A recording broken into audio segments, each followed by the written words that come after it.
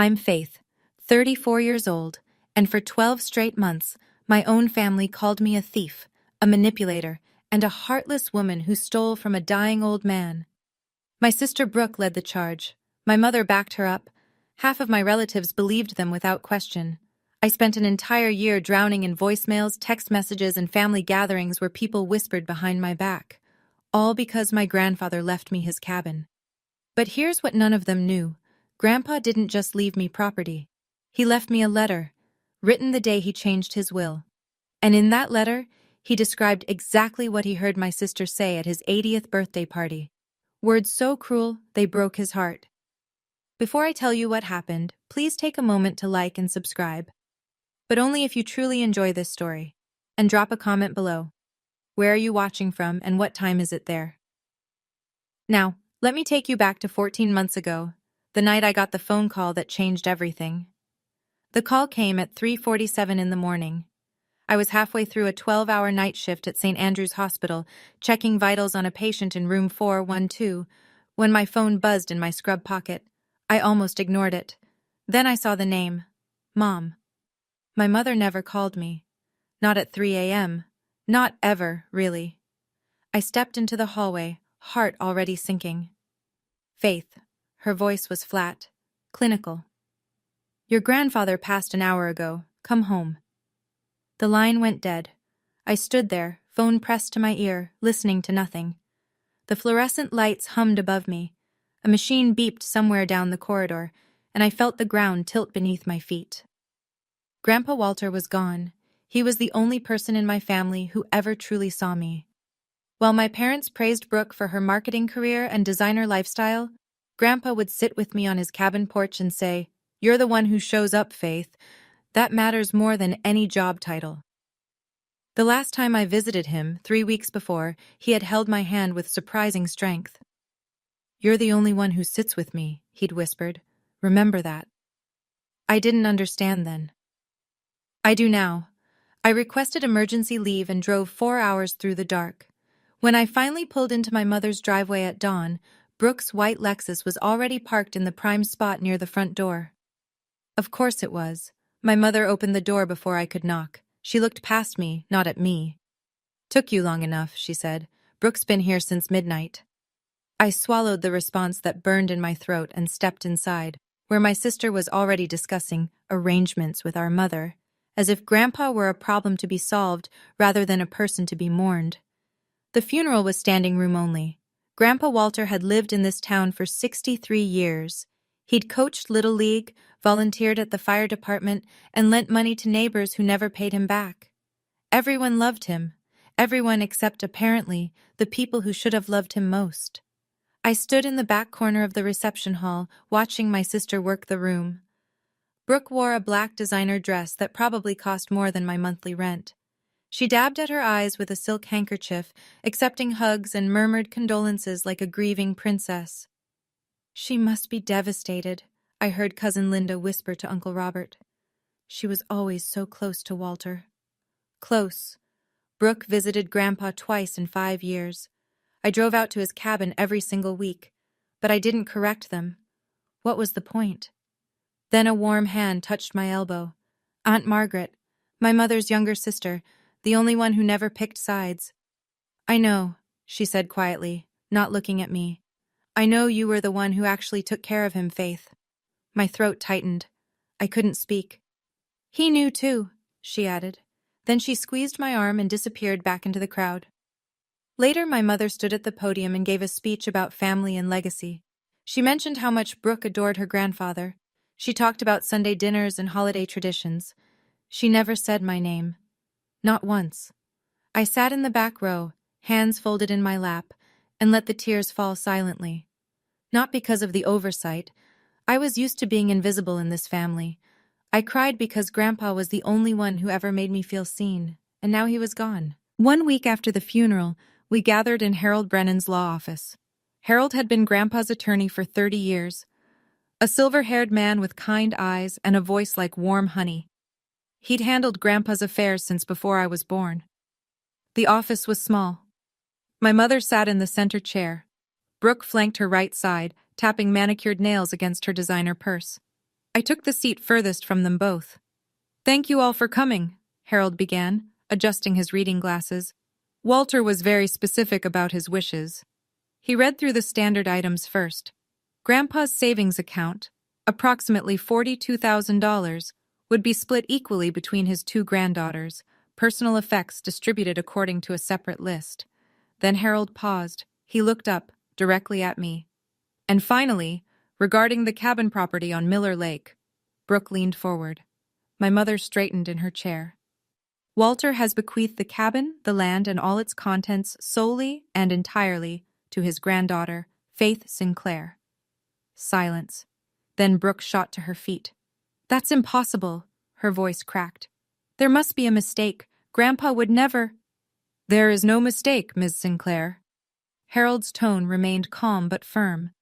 "This will was updated 11 months before Walter's passing. It is entirely legal and reflects his explicit wishes." My mother turned to stare at me. Her eyes were ice. "You knew about this," she accused. "I didn't." My voice came out barely above a whisper. "I swear I had no idea." Brooke's face twisted. "This is ridiculous. She must have—" "Ms. Sinclair," Harold cut her off. "Your grandfather was of sound mind. I witnessed the signing personally."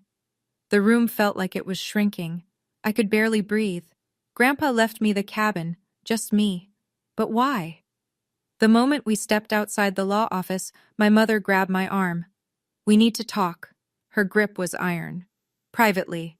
She pulled me around the corner of the building, away from Harold's window. Brooke followed, heels clicking against the pavement like a countdown. "You're going to share that cabin with your sister." Mom's voice left no room for discussion. "That's what family does." I tried to pull my arm free. She held tighter. "Mom, Grandpa made his decision. His decision was wrong." She finally released me, but her glare didn't soften. "He was old, confused. You spent all that time with him. God knows what you put in his head." The accusation hit like a slap. Then Brooke stepped forward, and her entire demeanor shifted. Gone was the outrage from Harold's office. Now she wore the mask of a wounded sister, voice trembling with practiced vulnerability. "Faith, I don't want to fight." She reached for my hand. "I just want us to both have memories of Grandpa. The cabin was special to all of us." I hesitated. Maybe I was being unreasonable. Maybe— "I'm not asking you to give it up entirely," Brooke continued, her tone honeyed. "Just share. Put both our names on the deed. That's fair, isn't it?" Something flickered in her eyes, something calculating. "I'll let you visit any time," I said carefully. "You can stay whenever you want, but I don't want to change the deed." Brooke's mask slipped for just a second. "Who said anything about selling?" Her voice sharpened. "I just want what's fair." And there it was. The word she'd been circling around. Selling. She didn't want memories. She didn't want Grandpa's legacy. She wanted the money. That night, I sat alone in my apartment and let the memories wash over me. The cabin on Miller Lake wasn't just a building. It was 50 years of my family's history pressed into weathered pine walls and creaking floorboards. I was 8 the first time Grandpa took me fishing off the dock. I remember the morning mist rising off the water, the way he patiently untangled my line when I cast it into the trees. "This lake taught your grandmother how to swim," he'd told me. "And right there on that porch is where I asked her to marry me. She said yes before I even finished the question." Grandma passed when I was 12. I barely remember her face now, but I remember the cabin. Her quilt still hung on the beds. Her recipe cards were still tucked in the kitchen drawer. And my father. Dad died when I was 12. A car accident on a rainy night. He was only 39. But before that, some of my best memories with him happened at that cabin. He taught me to skip stones. He'd carry me on his shoulders down to the water and pretend to throw me in while I shrieked with laughter. The cabin was where Dad learned to walk, where he spent every summer of his childhood. If Brooke sold it, all of that would vanish. Some developer would tear it down, build a vacation rental, and charge tourists $300 a night to sleep where my grandmother dreamed and my father took his first steps. I couldn't let that happen. Grandpa always said, "This cabin isn't about money, Faith. It's about remembering who we are." I whispered into the dark of my empty apartment. "I won't let them take it, Grandpa. I promise." I had no idea how hard that promise would be to keep. The campaign started 3 days later. At first, it was just my mother, a text every morning, a voicemail every night. I didn't raise you to be selfish, Faith. Your grandfather would be ashamed of how you're acting. Call me back. We need to settle this like adults. Then Brooke joined in. Her messages were longer, more calculated. I can't believe you're really going to let a cabin destroy this family. Is property really worth more than your own sister? By the second week, the extended family had mobilized. Cousin Linda, Uncle Robert, Aunt Patricia from Ohio, whom I'd met exactly twice in my life. Faith, honey, I heard about the cabin situation. You know, family is more important than real estate. 7 or 8 messages a day, sometimes more. I stopped counting after the first month. At work, I could barely focus. My supervisor pulled me aside after I nearly gave a patient the wrong medication. Faith, is everything okay? You seem somewhere else lately. I wanted to tell her. I wanted to explain that my family was slowly dismantling my sanity one text message at a time, but what could she do? I'm fine, I lied. Just tired. At night, I'd stare at my phone and watch the notifications pile up. Each one was a tiny knife. Brooke. Mom cried all night because of you. Happy now? Mom. Your grandmother would weep if she saw what you've become. Cousin Linda. I always thought you were the sweet one. Guess I was wrong. The worst part? Some nights I believed them. Maybe I was being selfish. Maybe I was tearing the family apart over a building. Maybe Grandpa had made a mistake. Then I'd remember his hand in mine, his voice in my ear. You're the only one who sits with me, Faith. And I'd hold on for one more day. The call came at 11:47 p.m. I had just finished a double shift. 12 hours on my feet, 3 emergencies, 1 patient coding on the table. I was so tired my hands shook as I unlocked my apartment door. My phone rang. Mom. I almost didn't answer. But guilt, that old familiar companion, made me swipe accept. Faith. Her voice was thick, trembling. I can't sleep. This is killing me. I leaned against my kitchen counter, too exhausted to sit down. Mom, it's almost midnight. Your sister is falling apart. She cut me off. She's not eating. She's not sleeping. She loved your grandfather just as much as you did, and you're treating her like a stranger. I pressed my palm against my forehead. Mom, I offered to share the memories. I said she could visit any time. Listen to yourself. Her voice rose. You sound like a lawyer. When did you become so cold? When did you stop caring about your own family? The words landed like punches, each one deliberate, each one designed to wound. I'm not trying to hurt anyone, I managed. I'm trying to honor what Grandpa wanted. What Grandpa wanted. She laughed bitterly. You think you knew him better than his own daughter? Better than Brooke? Yes, I thought. I did.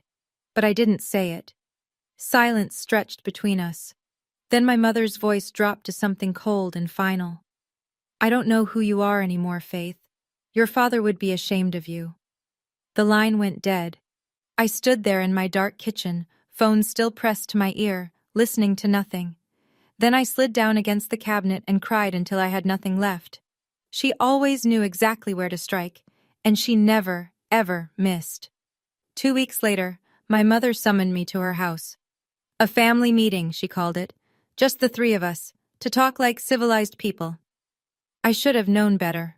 I walked into her living room to find Brooke already seated in the armchair, legs crossed, expression perfectly composed. My mother stood by the fireplace like a general surveying a battlefield. Sit down, Faith. Mom gestured to the couch. Let's be adults about this. I sat. I waited. Brooke spoke first, her voice dripping with false reasonableness. I don't want to fight anymore. I just want fairness. Then respect Grandpa's wishes, I said quietly. His wishes were influenced. Brooke leaned forward. He wasn't thinking clearly at the end. My stomach dropped. Are you saying he was mentally incompetent? Nobody's saying that, Mom interjected quickly. We're just saying, you spent so much time with him, you could have... Could have what? I kept my voice steady, but my hands were shaking. Manipulated a dying man? Is that what you think I did? Silence. Brooke looked away. Mom pressed her lips together. No one's accusing you of anything, Brooke finally said. but her eyes told a different story. I stood up. You are accusing me. You've been accusing me for weeks. I grabbed my purse. Grandpa knew exactly what he was doing, and if you can't accept that, then this conversation is over. Faith, Mom stepped toward me. No. I held up my hand. I've spent my whole life being the one who gives in, the one who keeps the peace. Not this time. I walked out the front door without looking back. My hands didn't stop shaking until I was halfway home, but for the first time in weeks, I felt something other than defeat. I felt angry.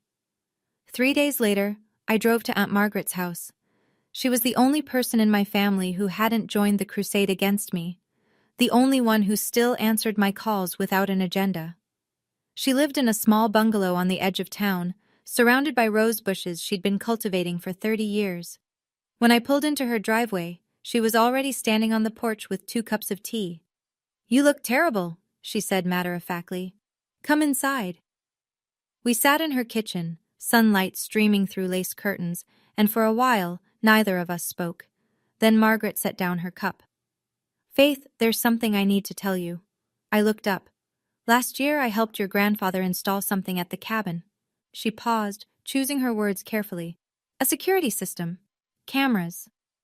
Cameras? I frowned. Grandpa hated technology. He did, but he said there'd been some strangers wandering near the property, asked me to help him set it up. She met my eyes. But I always thought he had another reason. My heart beat faster. What do you mean? Margaret shook her head slowly. I don't know exactly, but your grandfather was sharp, Faith. Sharper than anyone gave him credit for. He saw things. He noticed things. She reached across the table and squeezed my hand. You should go to the cabin. There might be something there he left for you. Like what? I don't know. She released my hand. But Walter loved you more than anyone in this family, and he wasn't the type to leave you defenseless. I drove home that night with her words echoing in my head. Cameras. Something he left for you, not defenseless. What had Grandpa seen? What did he want me to find? I drove to the cabin the following Saturday. It was my first time there since Grandpa died. I'd been avoiding it, I realized, afraid of what it would feel like to walk through those rooms without him. But Aunt Margaret's words wouldn't leave me alone. The cabin looked exactly as I remembered. Pine walls weathered silver by decades of sun and rain. The porch where Grandpa used to sit with his morning coffee. The dock stretching out over Miller Lake like an arm reaching for the horizon. Inside, the air smelled like cedar and old books. Grandma's quilt still covered the beds. The kitchen still held her recipes in a tin box by the stove. I found myself drifting toward Grandpa's study, a small room at the back of the cabin where he'd spent hours reading, writing, thinking. His desk sat by the window, overlooking the lake. I lowered myself into his chair, running my fingers over the worn wood. Then I opened the top drawer. Papers, old receipts, a faded photograph of Grandma, and beneath it all, a white envelope with my name written in Grandpa's careful handwriting. For Faith, to be opened when you need strength. My hands trembled as I broke the seal. Inside was a letter, handwritten, dated 11 months before his death, the same date Harold mentioned when the will was changed. I began to read, My dear Faith, if you're reading this, it means I'm gone, and they're giving you a hard time about the cabin. I knew they would. That's why I'm writing this now, while my mind is still clear and my hand still steady. There's something you need to know about your sister, something I saw with my own eyes. I stopped breathing. What did he see? 2 months after the will reading, Aunt Patricia hosted a birthday dinner at her house. I almost didn't go, but staying away would only give them more ammunition. See? She's avoiding the family. Guilty conscience. So I went. I arrived 20 minutes late. My shift at the hospital ran over, and the moment I stepped through Patricia's front door, I felt it. That particular silence that falls when everyone has been talking about you. Brooke stood in the center of the living room, surrounded by cousins and aunts. She paused mid-sentence when she saw me. Faith. Her smile didn't reach her eyes. We were just discussing the cabin situation. I kept my voice calm. Were you? I was explaining to everyone how you refused to even consider sharing. Brooke tilted her head, playing the wounded sister to perfection. After everything Grandpa did for both of us. I felt 20 pairs of eyes turn toward me, judging, waiting. I'm honoring Grandpa's wishes, I said quietly. He made his decision. Brooke laughed, a brittle, practiced sound. See, she doesn't care about family. She turned to the crowd. She only cares about real estate. A few people chuckled. Someone whispered something I couldn't hear. Cousin Linda stepped forward. Faith, honey, is it true you're keeping the whole cabin? Grandpa left it to me. Yes. And you won't share with your own sister? I opened my mouth to explain, about the visits, about the memories, about what the cabin meant. But Brooke cut me off. She's changed, Brooke announced to the room. Money changed her. The words hit like stones. I grabbed my purse. I didn't trust myself to speak without crying. I should go, I managed. I left before they could see the tears. But I heard Brooke's voice follow me out. See what I mean? That night I sat on my apartment floor and read Grandpa's letter from beginning to end. The first part was gentle. He wrote about his love for the cabin, his memories with Grandma, his hopes that I would preserve it for future generations. Then the tone shifted. Faith, at my 80th birthday party, something happened that I never told anyone. It was around 9 o'clock. The party was winding down. My back was hurting, so I stepped outside to get some air. I walked around to the side porch, the one facing the lake. That's when I heard voices. It was Brooke. She was talking to that friend of hers, the blonde one with the loud laugh. They were standing by the railing smoking cigarettes. They didn't know I was there. I heard Brooke say. My hands were shaking so badly I could barely hold the paper. She said, God, how much longer is he going to hang on? This place is worth at least $350,000. Her friend laughed. Then Brooke said, and Faith, I will never forget these words. I wish he would just die already so we can sell this place. I stood there in the dark, listening to my own granddaughter wish me dead. I didn't confront her. What would be the point? But the next week, I called Harold and changed my will. The cabin is yours, Faith. Not because Brooke doesn't deserve it, though she doesn't, but because you were the only one who ever saw me as a person. Not a burden, not a price tag, just your grandfather. P.S. Check the security system. I recorded everything. I set the letter down. My chest felt hollow, empty. Grandpa heard her. He stood there in the dark and heard his own granddaughter wish him dead. And he never said a word. The next morning I drove back to the cabin. I called Aunt Margaret on the way. The security system, I said. Where does it store the footage? She was quiet for a moment, then. There's an external hard drive. He kept it in the closet of his study, inside a shoebox. I found it exactly where she said. A small black device, dusty but intact. I plugged it into my laptop with trembling fingers. The interface was simple, organized by date. I scrolled back to Grandpa's 81st birthday, found the exterior cameras, found the timestamp 9:47 p.m. I pressed play. The footage was grainy but clear enough. The side porch came into view. Two figures stood by the railing, cigarettes glowing orange in the dark. Brooke and her friend Jessica. I turned up the volume. Honestly, the upkeep on this place must be insane. Jessica's voice crackled through the speakers. Tell me about it. Brooke exhaled smoke. And he just sits here, deteriorating while this property loses value every year. Can't you just talk to him? Brooke snorted. He's stubborn. Won't sell. Won't even discuss it. A pause. Then Jessica. What's the place worth? At least $350,000, maybe more with the lakefront. Damn. Another pause. Then Brooke's voice, clear as glass. God, I wish he would just die already so we can finally cash out. Jessica laughed. Morbid, but fair. I'm serious. The longer he holds on, the more money we're losing. I stopped the video. My hands weren't shaking anymore. Something had settled inside me. Something cold and certain. I backed up the video onto a USB drive, then another, then emailed a copy to myself. Brooke thought she could erase the truth.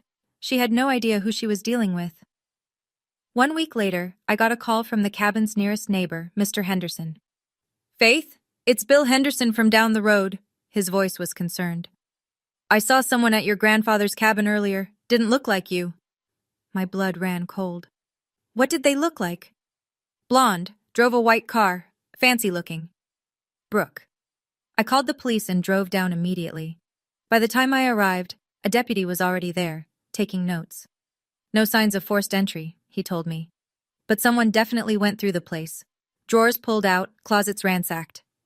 I walked inside, my heart pounding. The study was destroyed, papers scattered everywhere, books pulled from shelves, and the top drawer of Grandpa's desk, the one where I'd found the envelope, was empty. The original letter was gone. I stood in the middle of the chaos and felt a laugh building in my chest. Not a happy laugh, something darker. Brooke had come looking for the letter. She must have known, somehow, that Grandpa had written something down. Maybe she'd glimpsed him writing it and thought he was just rambling old man nonsense. Now she knew better. The deputy was watching me with concern. "Ma'am, is anything valuable missing?" "Just a letter," I said. "A personal letter from my grandfather." "Do you know who might have taken it?" I met his eyes. "I have a pretty good idea." He nodded slowly. "We'll file a report. But without proof." "I understand." I waited until he left. Then I walked to my car and opened the glove compartment. Inside, a photocopied version of the letter and a USB drive with the video. Brooke thought she'd won, but she'd only stolen the original. I'd been a nurse for 12 years. Rule number 1, always keep backup records. 1 year after Grandpa's death, my mother organized a memorial dinner. "To honor Walter's memory," she announced in the group text. "All family members welcome." 23 people confirmed attendance. Aunts, uncles, cousins, second cousins, the whole Sinclair clan gathered under one roof. I knew what it really was, another opportunity for Brooke and Mom to paint me as the villain, but I went anyway. I wore a simple black dress. In my coat pocket, I carried a photocopied letter and a USB drive. The dinner was at my mother's house. When I arrived, the driveway was already full of cars. I could hear laughter and conversation through the windows. I paused on the front steps, hand on the doorknob. This was it. 1 year of accusations, 1 year of whispered insults and family cold shoulders. 1 year of being called heartless, selfish, a thief. Tonight, it ended. One way or another. I walked inside. The living room was packed. Candles flickered on the mantel beside a framed photo of Grandpa. People balanced plates of food and glasses of wine. The air smelled like roast chicken and expensive perfume. Brooke spotted me first. She stood near the fireplace, looking confident and relaxed. Why wouldn't she? She'd destroyed the letter. She thought she was safe. My mother approached me before I could take off my coat. "Faith," her voice carried across the room. Several conversations paused. "After a whole year, have you finally reconsidered your position on the cabin?" I met her eyes. Then I looked at Brooke, who was watching with barely concealed smugness.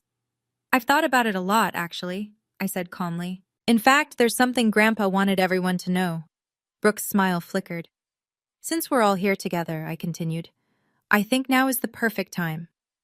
Now I want to pause here for a moment. If you've ever been in a situation like this, where your own family turns against you, where you're holding a truth that could change everything, you know exactly what Faith is feeling right now. What would you do? Would you read the letter? Or would you walk away and keep the peace? Comment below. I want to hear your thoughts. And if you're enjoying this story, hit that like button. It really helps. Now, back to the memorial dinner. I reached into my coat pocket and withdrew the letter. The room went quiet. "Grandpa left me a letter," I said, my voice steady. "He wrote it the same day he changed his will. I found it at the cabin, in his desk drawer." Brooke's face drained of color. "Where did you—" "Interesting story, actually." I looked at her directly. "Someone broke into the cabin last week and stole the original, but I'd already made copies." My mother stepped forward.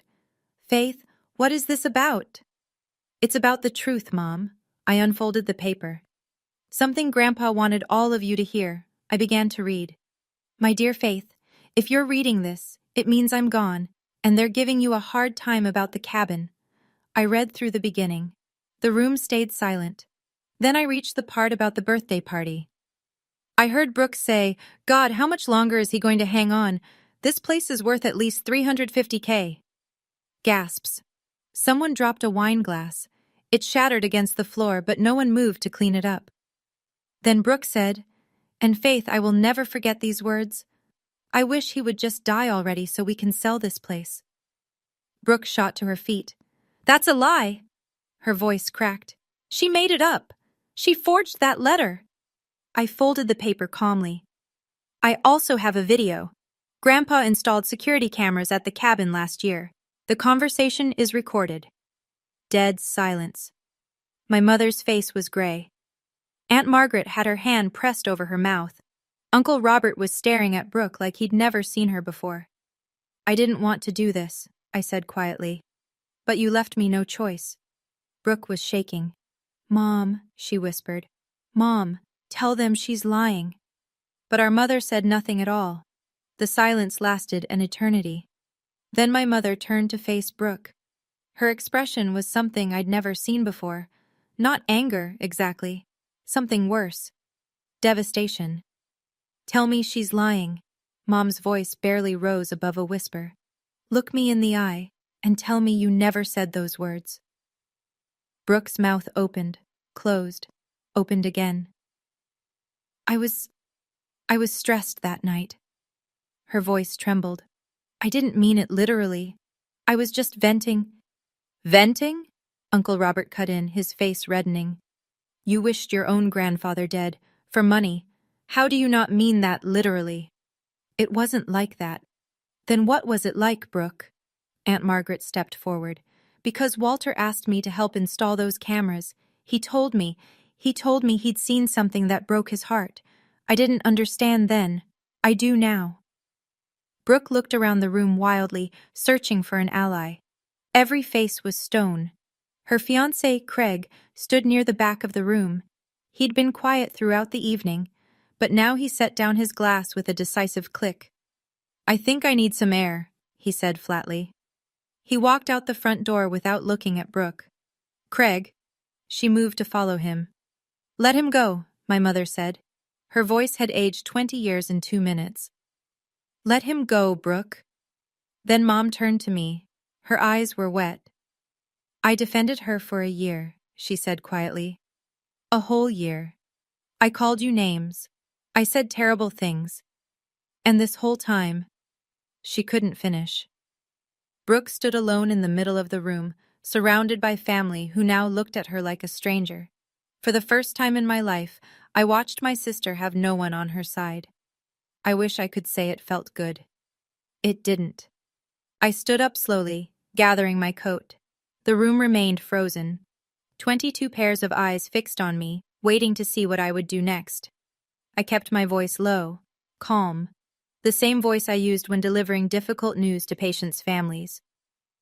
I didn't come here to humiliate anyone. I looked around the room. I came here because for 12 months I've been called a thief, a manipulator, and a heartless woman who took advantage of a dying man. No one spoke. Grandpa left me the cabin because he knew I would protect it. Because I was the one who visited him every week. Because I was the one who sat with him when he couldn't sleep. My voice caught slightly. And because he knew that some people only saw him as a price tag. I turned to Brooke. She looked smaller somehow. Diminished. You will always be my sister, I said quietly. Nothing changes that. But you are not welcome at the cabin. Not anymore. Brooke's face crumpled. Then I looked at my mother. Mom, I love you. I've spent my whole life trying to earn your approval, trying to be good enough. I took a breath, but I can't keep setting myself on fire to keep everyone else warm. I need you to see me, really see me, not as the disappointing daughter, not as Brooke's shadow, as Faith. My mother's lips trembled. She reached out a hand toward me, then dropped it. I need time, I said. We all do. I walked to the door, paused with my hand on the knob. The cabin will stay in the family. Anyone who wants to visit and honor Grandpa's memory is welcome. I didn't turn around. But from now on, I decide who that includes. I walked out into the cold night air. I didn't look back. The fallout came faster than I expected. 3 days after the memorial dinner, Aunt Margaret called with news. Craig broke off the engagement, she told me. Packed his things and left Brooke's apartment yesterday. I closed my eyes. How is she? Devastated. Blaming everyone except herself. Margaret paused. Faith, don't feel guilty. This isn't your fault. I know. But knowing and feeling were different things. The family had fractured. Texts flew back and forth. Some people defending Brooke. She was just stressed. Others horrified by what she'd said. Who says that about their own grandfather? My mother hadn't spoken to anyone since the dinner. According to Margaret, she'd locked herself in her bedroom and refused phone calls. A week later, my phone buzzed with messages I never expected. Cousin Linda. Faith, I'm so sorry for how I treated you. I had no idea. Uncle Robert. Your grandfather was right about you. I should have listened. Even Aunt Patricia from Ohio. I owe you an apology. We all believed the wrong person. I read each message with mixed emotions. Gratitude, sadness, a strange hollowness. This was what I'd wanted, wasn't it? To be believed, to be vindicated. But victory felt nothing like I'd imagined. My family had broken apart. My sister was alone. My mother was lost in grief and shame. I'd won. So why did it feel like everyone had lost? That night, I sat in my apartment with a cup of cold tea and stared out the window at nothing. I didn't want this, Grandpa, I whispered to the dark. I just wanted the truth. But the truth I was learning had a cost, and now we were all paying it. 2 weeks after the memorial dinner, Brooke texted me. We need to talk. I stared at the message for a long time. Part of me wanted to ignore it. Part of me, the part that still remembered us as little girls building sandcastles at the lake, wanted to hope. I agreed to meet at a coffee shop downtown, neutral territory. Brooke was already there when I arrived. She looked terrible. Unwashed hair, no makeup, dark circles under her eyes. A stranger would never recognize the polished marketing executive from 3 months ago. I sat down across from her. Neither of us ordered anything. Faith, her voice was raspy. Do you have any idea what you've done to me? I blinked. What I've done to you? Craig left me. The whole family thinks I'm a monster. Aunt Patricia uninvited me from Thanksgiving. Her eyes filled with tears. My entire life is falling apart, and it's your fault. I let out a slow breath. Brooke, I didn't make you say those words about Grandpa. I was venting. She slapped her palm on the table. Everyone says things they don't mean. It was one comment. At his birthday party, I kept my voice level.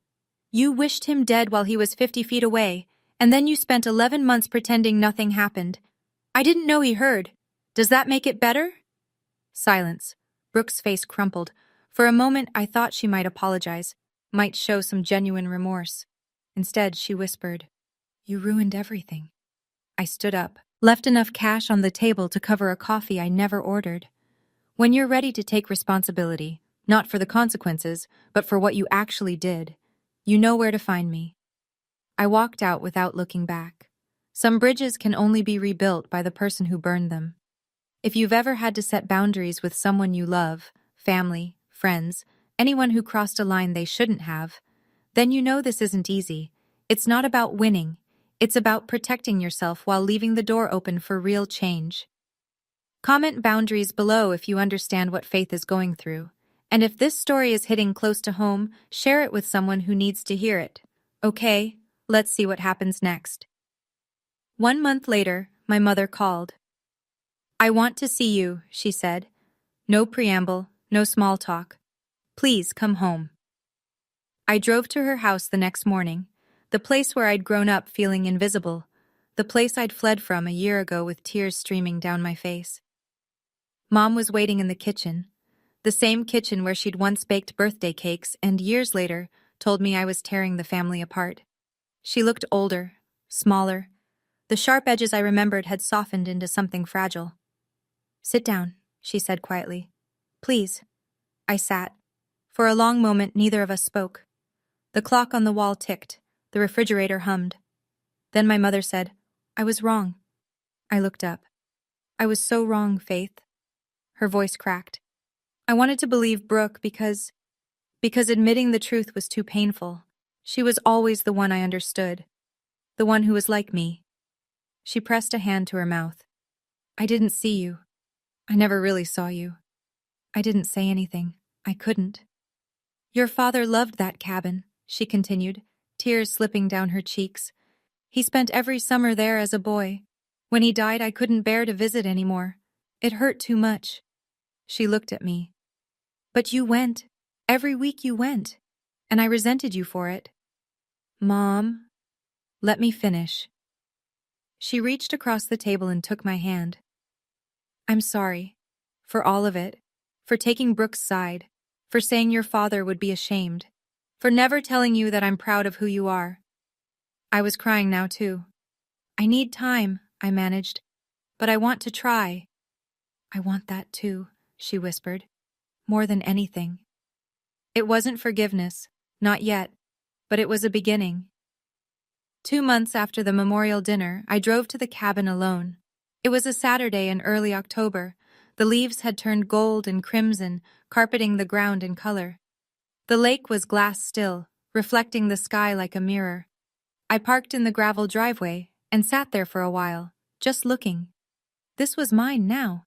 Not because I'd taken it from anyone, but because Grandpa had chosen to give it to me. I walked up the porch steps, unlocked the door, and stepped inside.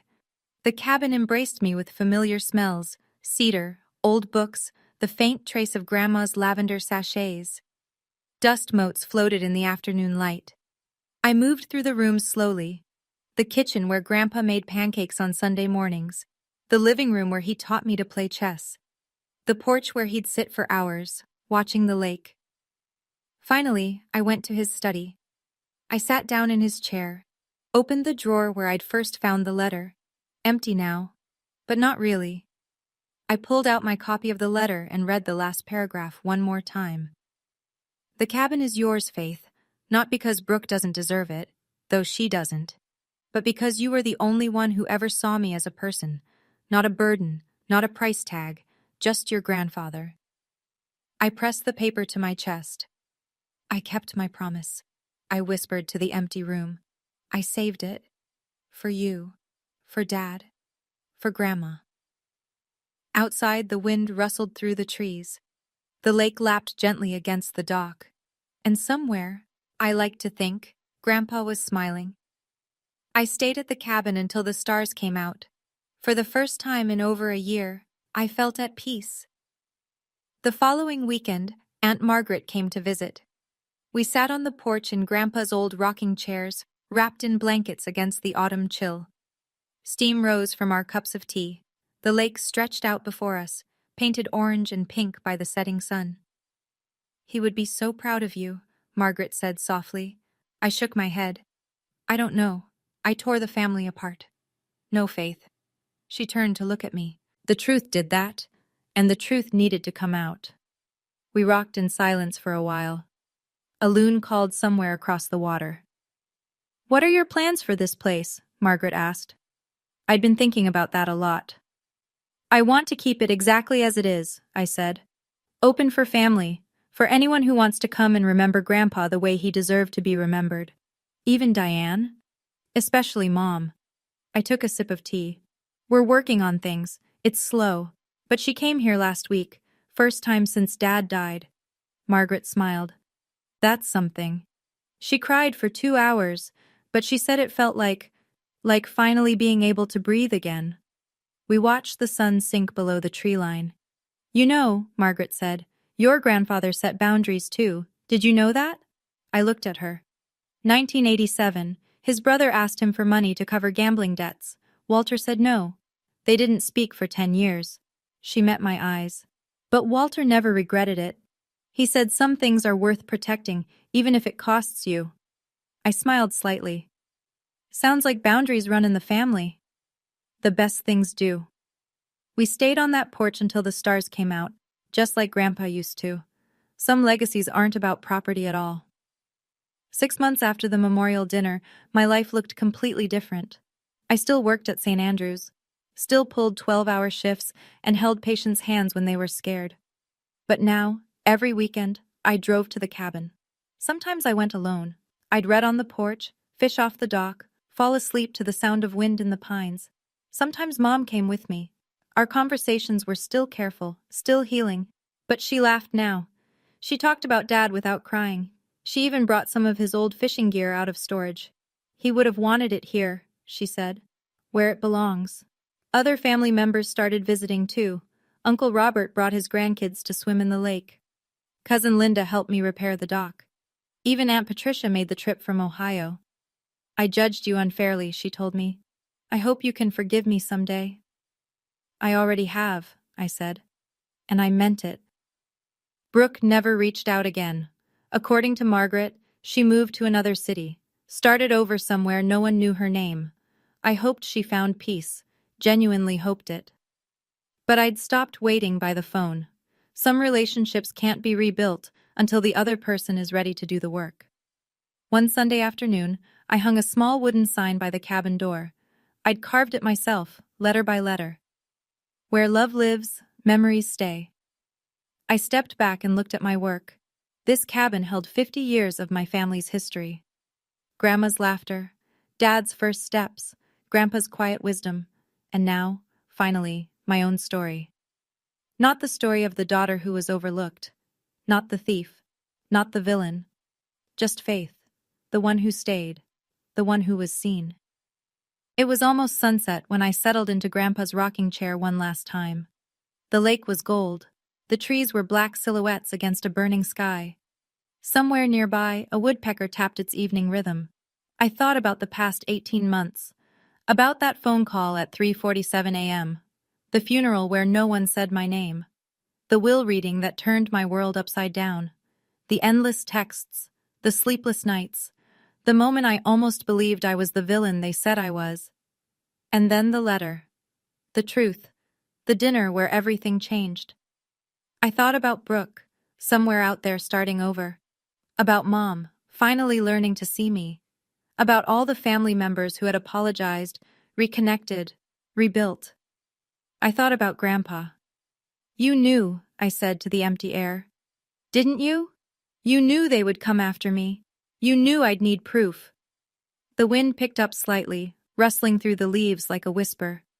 You didn't just leave me a cabin, Grandpa. You left me permission. Permission to stop shrinking myself for people who would never appreciate it. Permission to protect what matters. Permission to be seen, finally, as who I really am. I closed my eyes and let the evening wash over me. A year ago, I would have given anything to go back in time, to avoid the pain, the accusations, the family fractures. Now, I wouldn't change a thing. Not because it was easy, but because on the other side of all that pain, I found something I'd been searching for my whole life, myself, the woman who stands up, the woman who tells the truth, the woman who sets boundaries, not out of anger, but out of love. Grandpa saw her before I did, but now, finally, I see her too. If you're still here, listening to my story, I want to tell you something. Maybe you're going through the same thing right now. Maybe your family has turned against you for standing your ground. Maybe you've been called selfish for setting a boundary. Maybe you're lying awake at night wondering if you're the bad guy. You're not alone. I spent 34 years being the good daughter, the quiet one, the one who never made waves. And you know what it got me? Overlooked, dismissed, blamed for things I didn't do. It took losing my grandfather to find my voice. Here's what I learned. 1. Silent kindness is eventually seen. Not always by the people you want to notice, but the right people, the ones who matter. They see it. They remember. 2. Setting boundaries isn't selfish. It's self-respect. And it's not just for you. It's for the relationship too. A relationship without boundaries isn't love. It's exploitation. 3. The truth can hurt, but living in lies hurts more. Sometimes you have to burn things down before you can rebuild them stronger. Grandpa didn't just leave me a cabin. He left me a lesson. Don't let anyone take that from you. He wasn't talking about property. He was talking about my sense of self, my worth, my right to be seen. Don't let anyone take that from you either. Thank you for staying until the end. If this story resonated with you, please hit that like button and subscribe. It helps more than you know.